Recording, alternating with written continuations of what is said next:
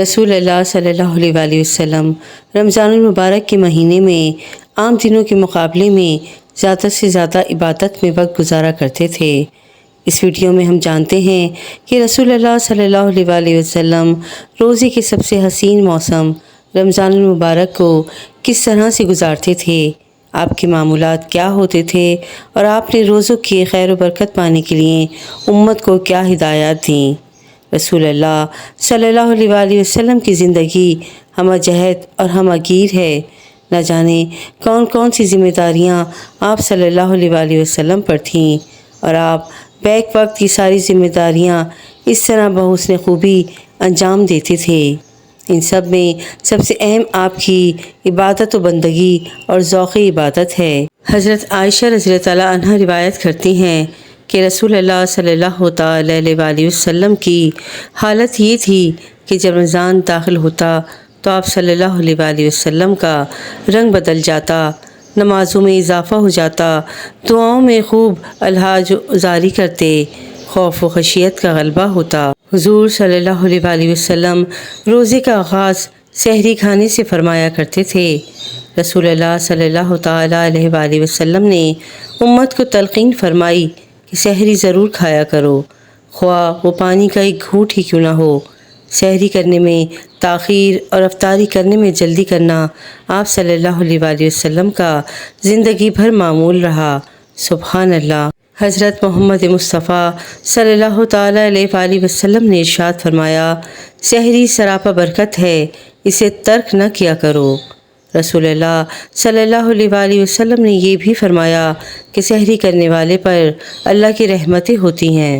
ایک حدیث قدسی میں رسول اللہ صلی اللہ علیہ وآلہ وسلم سے منقول ہے کہ اللہ تعالیٰ فرماتا ہے کہ میرے بندوں میں مجھے سب سے زیادہ محبوب وہ ہے جو افطار میں سب سے زیادہ جلدی کرتا ہو۔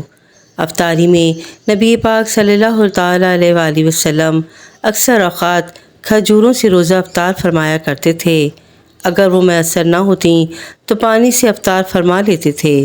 حضرت سلیمان بن عامر سے روایت ہے کہ حضور اقدس صلی اللہ علیہ وآلہ وسلم نے ارشاد فرمایا، جب تم میں سے کوئی روزہ افطار کرے تو اسے چاہیے کہ کھجور سے کرے، کیونکہ اس میں برکت ہے۔ اگر کھجور میسر نہ ہو تو پانی سے، کیونکہ پانی پاک ہوتا ہے۔ سبحان اللہ۔ رمضان المبارک میں قیام اللیل نبی پاک صلی اللہ علیہ وآلہ وسلم کا دوسرا مبارک معمول تھا۔ رسول اللہ صلی اللہ علیہ وآلہ وسلم رمضان کی راتوں میں تواتر و کثرت کے ساتھ قیام، نماز تراویح، تسبیح و تحلیل اور ذکر الہی میں مشغول رہتے تھے۔ نماز کی اجتماعی صورت جو ہمیں تراویح میں دکھائی دیتی ہے، اسی معمول کا حصہ تھی۔ آپ صلی اللہ علیہ وآلہ وسلم نے رمضان المبارک میں قیام کرنے کی فضیلت کے بارے میں ارشاد فرمایا کہ جس نے ایمان و احتساب کی نیت سے رمضان کے روزے رکھے اور راتوں کو قیام کیا، وہ گناہوں سے اس دن کی طرح پاک ہو جاتا ہے جس دن وہ بطن مادر سے پیدا ہوتا ہے اور بے گناہ ہوتا ہے۔ سبحان اللہ۔ ایک روایت میں ہے کہ رسول اللہ صلی اللہ علیہ وآلہ وسلم نے لوگوں کو تہجد کی ترغیب دیتے ہوئے ارشاد فرمایا، لوگوں، رات میں اللہ کے حضور نمازوں میں کھڑے ہونے کو لازم پکڑ لو، اس لیے کہ یہ تم سے پہلے نیکوں کا طریقہ رہا ہے۔ رسول اللہ صلی اللہ علیہ وآلہ وسلم تہجد عام دنوں میں بھی پڑھتے تھے اور رمضان میں بھی اس کا اہتمام فرماتے تھے۔ سبحان اللہ۔ راتوں کو نوافل میں قرآن کریم کی تلاوت رسول اللہ صلی اللہ علیہ وآلہ وسلم کا دائمی معمول تھا۔ رمضان میں آپ کا یہ معمول مزید بڑھ جاتا تھا۔ پھر رمضان المبارک میں حضرت جبرائیل علیہ السلام خاص طور سے رسول اللہ صلی اللہ علیہ وآلہ وسلم کے پاس آتے تھے اور رسول اللہ صلی اللہ علیہ وآلہ وسلم ان کے ساتھ مل کر قرآن سنتے اور سناتے تھے۔ سبحان اللہ۔ حضرت ابن عباس سے روایت ہے کہ رسول اللہ صلی اللہ علیہ وآلہ وسلم خیر کی بخشش اور خلق کی نفع رسانی میں اللہ کے سب بندوں سے فائق تھے، اور رمضان المبارک میں آپ کی کریمانہ صفت اور زیادہ ترقی کر جاتی تھی۔